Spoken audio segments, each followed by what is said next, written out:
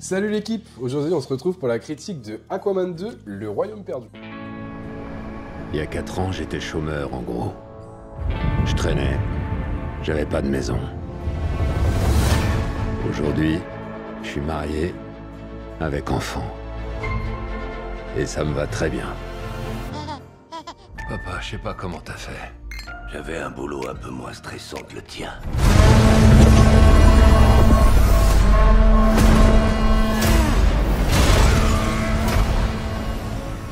Le synopsis du film, c'est Black Manta, du coup, qui est l'antagoniste du premier Aquaman, qui veut se venger, du coup, suite à la mort de son père, qui est dû à Aquaman, on va dire.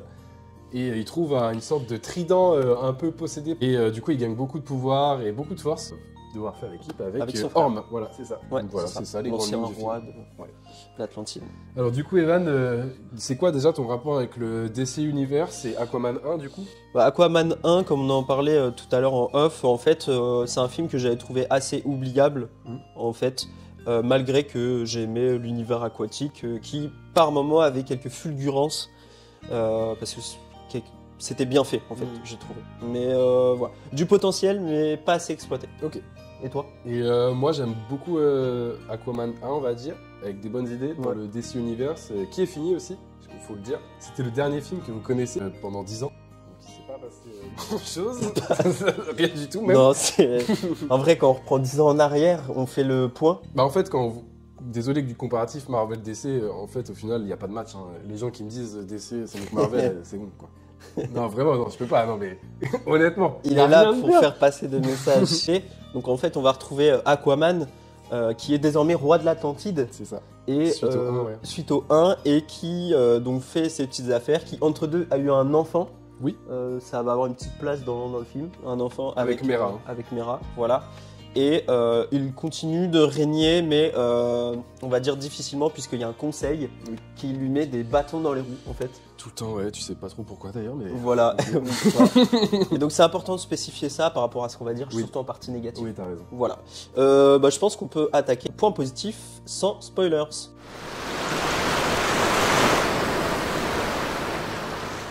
Quels sont tes points positifs du coup? Visuellement, on a encore des jolies choses, notamment par rapport au fait qu'il y ait plusieurs univers. L'univers de sable, l'univers, on va dire, jungle, et puis l'aventure. Voilà. L'aventure au global, je trouve qu'elle est réussie. Et puis on a des petites notes humoristiques qui fonctionnent de temps en temps.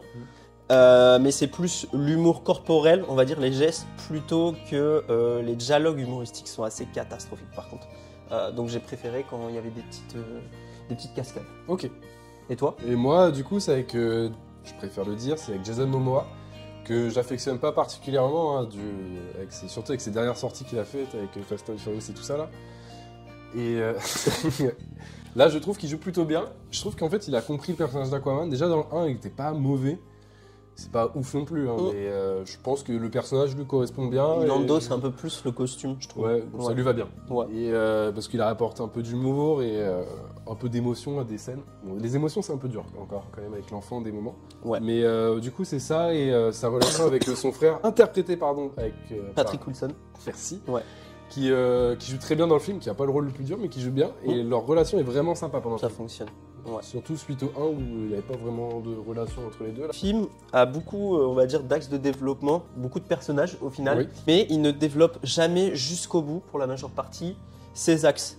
En fait, je m'explique. Par exemple, il va y avoir toute une intrigue un peu avec le fils d'Aquaman, qui a des capacités, hein, je vais dire ça comme ça. Oui, bah oui. Et au final, ça ne sert à rien dans le film. Voilà. Il n'y a pas d'évolution du personnage d'Aquaman. Après, voilà, c'est comme avec ce que je viens de dire juste avant, pourquoi le développer vraiment. En fait, je trouve qu'il n'a pas pris en puissance ou en charisme entre le 1 et après avec le 2, il est pareil, tu vois. Limite, il est un peu moins fort. Parce que dans le 1, je me rappelle la grosse scène de bataille avec son gros machin. Et là, on le retrouve, et puis il fait du Aquaman, quoi. C'est le même perso, exactement. Donc je suis un peu déçu par rapport à ça. Le film, et ça c'est trop chiant, le film vous prend constamment par la main et fait constamment des raccourcis scénaristiques. Il y a une exploration, la scène d'exploration marine qui est plutôt cool. Ouais. En fait, on est vraiment en tension, etc. Et le méchant va trouver, d'un coup comme ça va popper, il va trouver le trident. Sans aucune explication. En Antarctique, là. Exactement. Et on a une voix off qui nous explique tout ce qui s'est passé aussi pour Aquaman, c'est-à-dire qu'il a eu un enfant, que machin. Ah oui. Et en fait, ils se sont dit, ah ou putain, c'est déjà le 2, viens on remplit les cases et on vous explique qu'est-ce qu'on a fait entre deux. Voilà. Ouais. On va du coup attaquer la partie avec spoilers pour entrer dans le détail.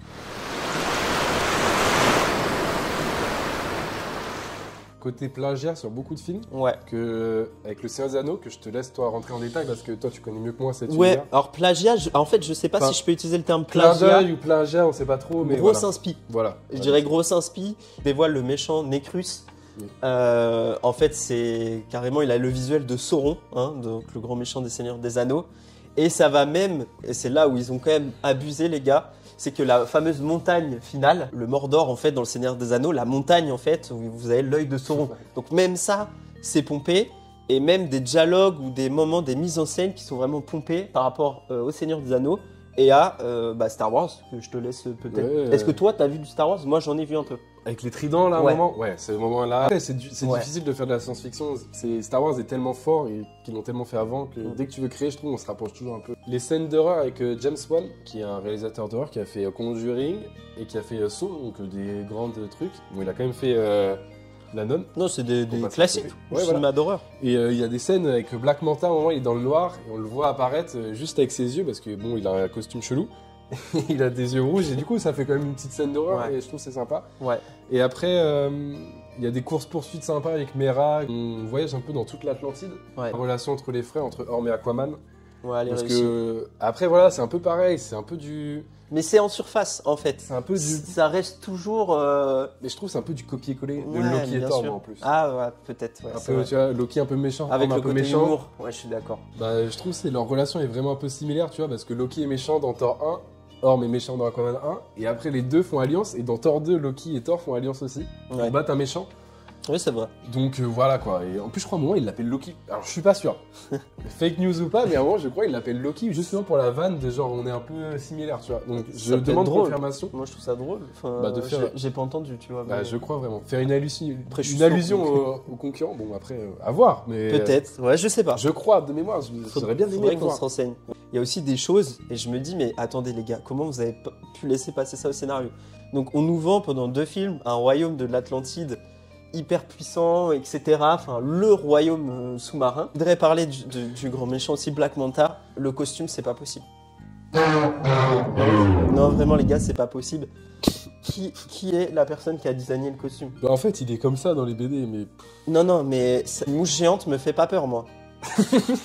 En plus, non mais déjà, non, quel mais... principe de reprendre le méchant qui est pas bien dans le 1, de le remettre dans le 2? Ah putain, pardon, avec sa cicatrice, je me vengerai, je prendrai tous les tiens. Dans le 1, c'était pas Frérot, bien. On l'a vu 100 000 fois, invente-nous un nouveau méchant, à la limite, peut-être un peu moins fort, etc.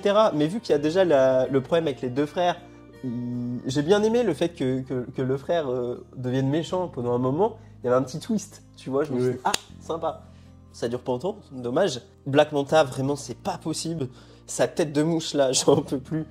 Vraiment, j'en peux plus, les gars. Dans un vaisseau tout pété, dans un vieux vaisseau, il le dit lui-même. Hein. C'est un vieux vaisseau, on sait pas. Date et tout. Mais ils arrivent pas à le battre, le machin. Avec le bouclier, c'est mort. Voilà. Ils rentrent comme ça. Ah, c'est vieux, mais ça marche. Ça non, marche mais oui, t'inquiète, c'est une technologie ancienne. Ah, ok, bon, bah super. Moi, il me fout la rage. Il peut tuer 4 fois Aquaman, 4 fois les gosses et tout. Mais il est comme ça. Ouais. Et non, je m'arrête. Ouais, il parle. Ouais. Et du coup, t'as toujours Mera ou un machin qui arrive. C'est bon, ça m'énerve. Le vaisseau de Black Manta arrive. Le vaisseau, il est moche. Le costume, il est moche. Vraiment, il n'y a rien qui va. Je finis avec le royaume. En fait, il le passe comme ça. C'est-à-dire qu'il y a un seul mec qui a un canon qui marche une fois sur 2. Et c'est lui qui est censé protéger tout le royaume.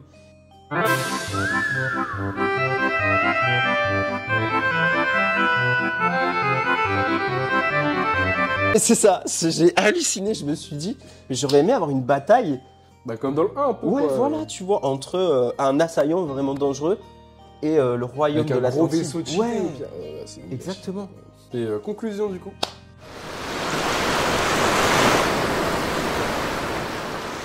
Qu'est-ce que t'en penses du film en soi? Alors en fait c'est un peu paradoxal parce qu'on a dit beaucoup de points négatifs, oui. Mais j'ai pas passé un mauvais moment. On est d'accord. Donc moi si vous avez à peu près aimé le 1, je vous conseille d'aller voir le 2 quand même. De toute façon voilà, la saga est terminée normalement. Ah oui, bah oui. Donc je vous conseille, vous n'avez pas passé un mauvais moment, mais vous n'allez pas avoir non plus un truc inoubliable. Voilà. Et toi? J'attendais rien. Vraiment rien, parce que je me suis dit DC, avec les derniers films qu'ils ont fait, la Blue Beetle, là, que j'ai même pas vu, le truc qui est passé complètement à trappe, je me suis dit ça va être nul, et au final, c'est comme toi, un sentiment, si t'as aimé le 1, tu vas aimer le 2, ils ont pas voulu décevoir, c'est mieux que The Flash, bien, voilà, pour le DC Universe, c'est bien, quoi, voilà.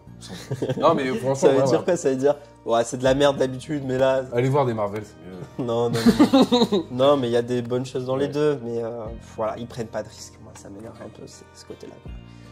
Et du coup, on va vous souhaiter une bonne année, un joyeux Noël, car nous, on attend le 23 décembre cette vidéo. C'est ça. Donc, de bonnes fêtes. Et nous, on va se retrouver avec des films qui vont arriver en 2024, des bons films qu'on attend forcément. C'est ça. C'était notre dernière critique de l'année. On vous remercie d'avoir regardé toutes nos vidéos. Ouais, on a commencé il y a pas longtemps. Bah ouais. Et puis, abonnez-vous et likez la vidéo, commentez, vous savez, c'est important. C'est ça. Si vous avez vu Aquaman, si vous comptez le voir, vous partagez la vidéo. Ouais. Et on se retrouve en 2024. Merci beaucoup. Salut. À plus tout le monde. Salut.